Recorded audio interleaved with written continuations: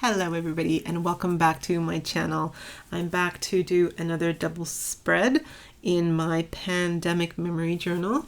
And yes, this is the episode that features toilet paper and the toilet paper madness in March.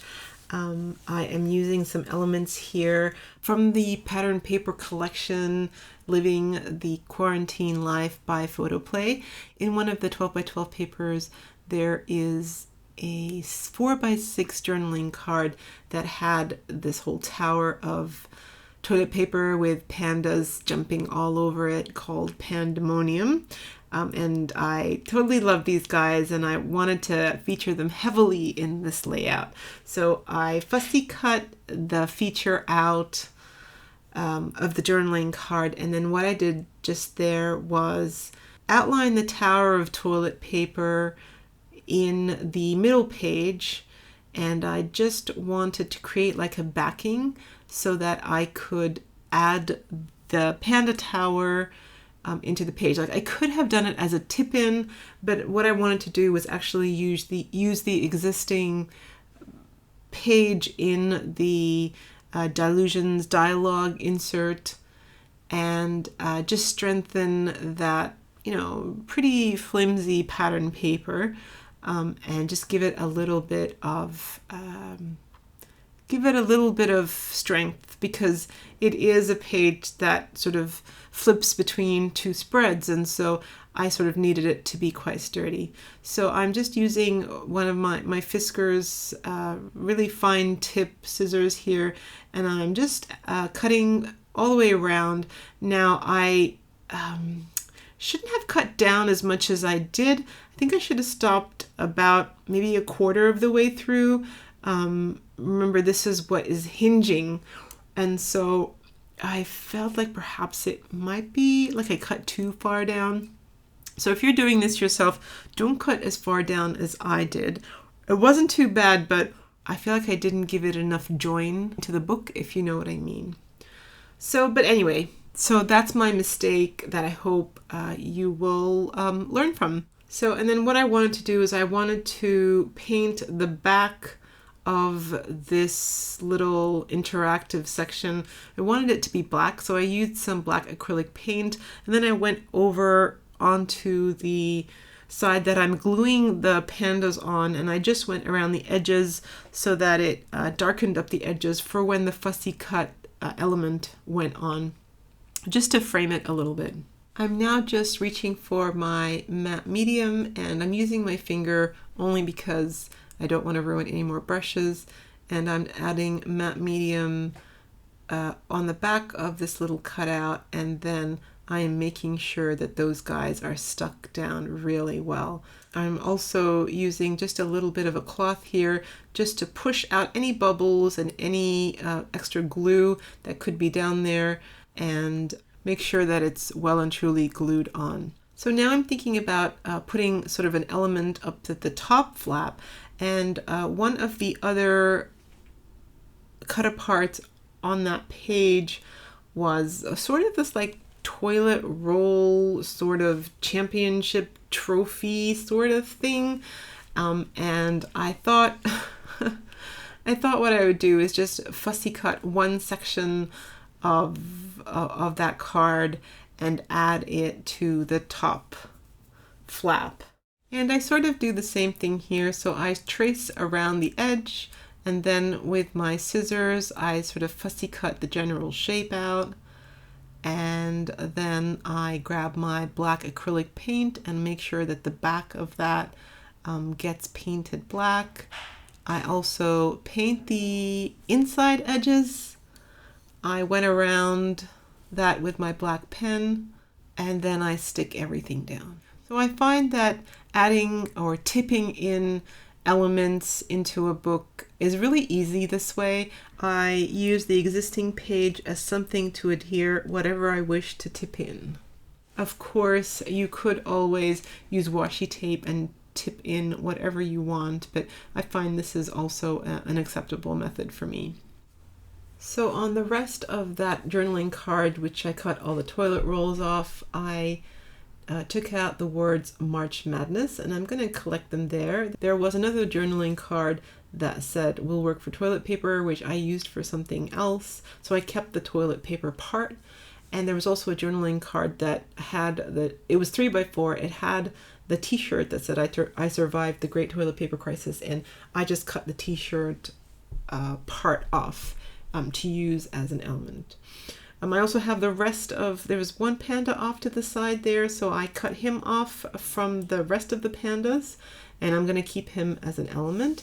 And in the ephemera pack, there was one sort of, block of 6 toilet papers, which I'm using, and then I've cut some separate individual toilet rolls from one of the pattern papers. There's a design on the back there that has toilet paper, so I cut a few out.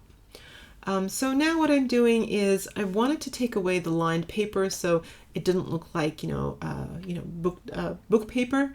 So I'm just reaching for one of my really old Sullivan's paints. I think this is, I don't know, like bisque or beige or something like this. It's like a really old bottle that I used to use for skin tone bases and stuff like this.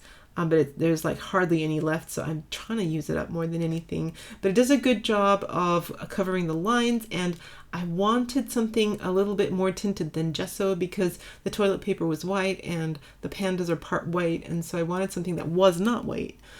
So I used that instead, and it turned out to be a really good color. So now as I flip over that panda page, you can see how bright white that toilet paper is against that sort of ecru or beige background. So now all that's left to be done is just to sort of arrange all these toilet paper elements around the double spread. I also have 2 pictures from my own sort of photo library to add and to document. So one of the pictures is we got to a stage where we only had 5 toilet rolls left in a house of 2 teenagers and 2 adults. And usually this would be the point where I would go and just buy some more toilet paper, but you couldn't get any. You couldn't get any locally. You had to line up to get into the store, and by the time it was your turn, there wasn't any left, and so we sort of got a little bit desperate. I started feeling a little bit desperate, and my husband was like, no, it's fine, we'll be all right. And what saved us was that Costco opened up that weekend, so we made it down to like 2 rolls, I think, and Costco opened, and my husband braved the huge lines here in Perth to get a pack of, I don't know what, 40, whatever the big pack was. And so we were saved. The other picture is of a sign that was up at our local Kohl's. The whole aisle was empty. This is one of the shocking parts of that affected me, was just how empty the stores were. But the whole toilet roll aisle, plus anything to do with paper, so paper towels, paper napkins, anything, all gone. So they had a whole row of signs saying, due to current crisis, this item is not available. And so someone had written on each and every single sign, what about us? You're all idiots. You are all beep, beep, beep, beep, all these swear words on every single one.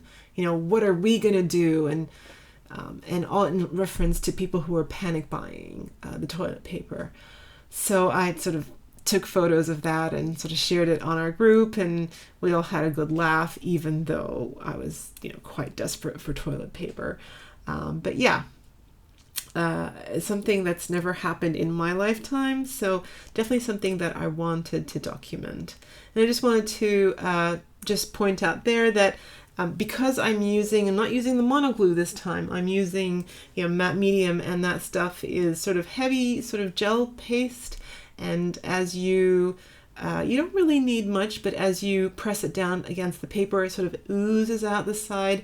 And I just wanted to make sure that there was nothing left on the spread that would be tacky or sticky so that when you closed your book over or your interactive element over, that it would stick and then tear the design. Anyway, so catching you up on the technique. So you saw me use the stencil border once more, and this time instead of using black paint, I just used my black touch marker, alcohol marker, and after I went around the border, I just used my white gel paint pen to fill in the black. So I like the scribble marks. It kind of looks crazy, which is what this whole thing is all about. And I had to be a little bit careful because I was smearing some of that white stuff all the way through. And then I used my black Posca pen to go around or to outline each of the elements just to make them pop from the background. And then I went back in to add some more toilet paper, and yeah, looked good. I did think about adding the second row of toilet paper sort of challenge ladder thing to the top there, but I sort of did like the idea of leaving it black, so I did leave it black. And then I just used my white gel pen to write about, yeah, what I just mentioned there about being really low on toilet paper. And pretty much that is my layout. Once again, quite simple. Once again, the point is to document all the strange things that happen in your life during this time. And I really love the cute panda element. I did go back and add the word Pandamonium, which I cut off the journaling card. You'll see in the photos, I did add the word Pandamonium in there, and that's what I called this layout. So thank you so much for joining me, you guys. I have a few more. My book is almost done. I love how thick it is. Got a few more layouts to share with you, so I hope you come back and join me. Thank you so much, and I'll see you in my next video.